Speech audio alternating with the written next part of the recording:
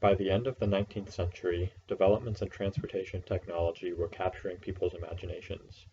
These developments were changing the way that people conceived of speed and time, and of how they related to each other and the world.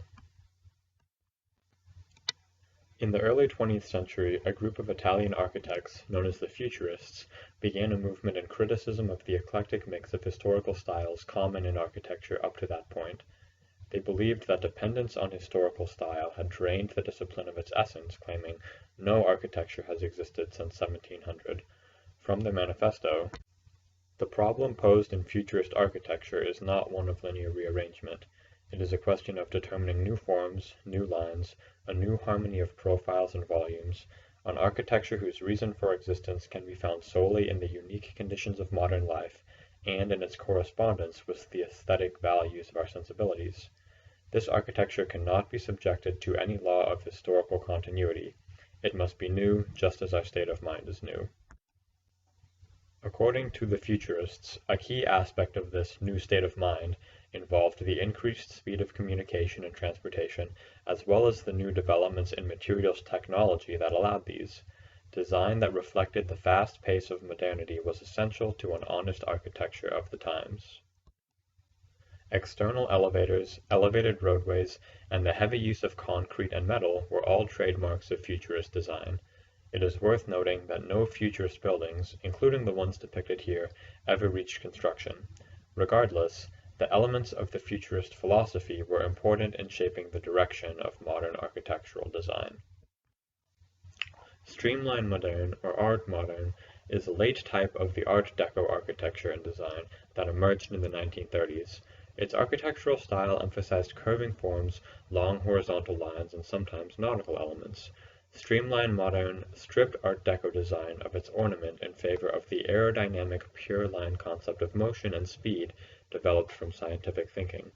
The Streamline moderne was both a reaction to Art Deco and a reflection of austere economic times.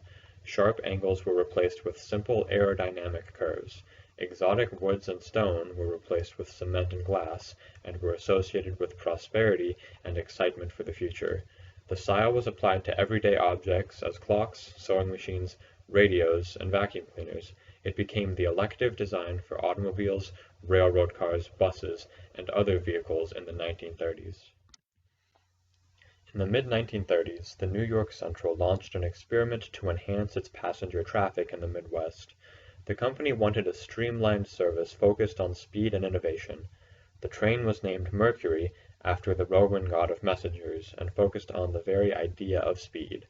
The new train was advertised as the "Train of Tomorrow," reflecting an emphasis on innovation. The interior was designed by Henry Dreyfuss, an industrial designer who applied what he described as a clean lining approach to transform the cars into elegant works of art. The train looked similar to the legendary 20th Century Limited he designed a few years later. The Mercury featured clean looks with pastels, carpeting, sealed windows, indirect lighting, and the new technology of air conditioning, which actually became a quite common feature on early streamliners of the 1930s. The train still featured much Art Deco throughout, and included an observation car with wider windows at seat level and chairs facing outward to enjoy the view of the Russian countryside.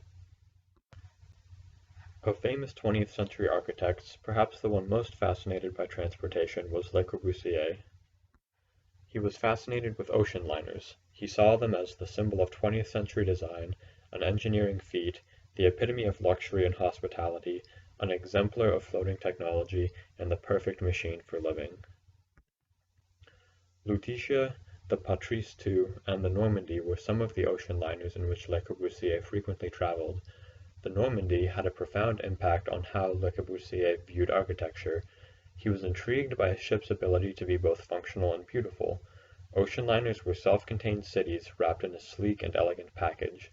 To a modernist architect, ocean liners demonstrated the potential of highly serviced megastructures to provide ideal living conditions. Unité de Habitation is a social housing block designed by Le Corbusier in 1952. After World War II, France had a serious shortage in housing. Unité de Habitation was built in response to the shortage. The complex was a first of its kind, a tower block for 1,600 people. The Unité was a 12-story building with shops, supermarkets, restaurants, nurseries, a cinema, barbers, and a roof terrace.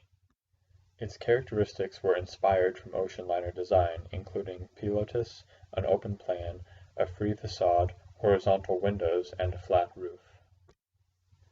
The roof terrace of the Unité looked very much like the deck of an ocean liner, with its pool and smokestack ventilation shafts. Pilotis elevate a building, giving the appearance of the structure floating above the ground. The same effect is achieved in ships. The hull of most ships is painted black, while the middle and upper decks are painted white, creating a similar illusion that the bulk of the ship is not touching the water, but lightly hovering above the ocean waves. Texas land, to hear the moo and rattle of snakes and cattle, I'm bound for Texas land. I'll sing her a song at the end of the day, a song that will drive all our cares away. I'll sing of the prairie, the blue starry skies, and the stars shining bright in her eyes.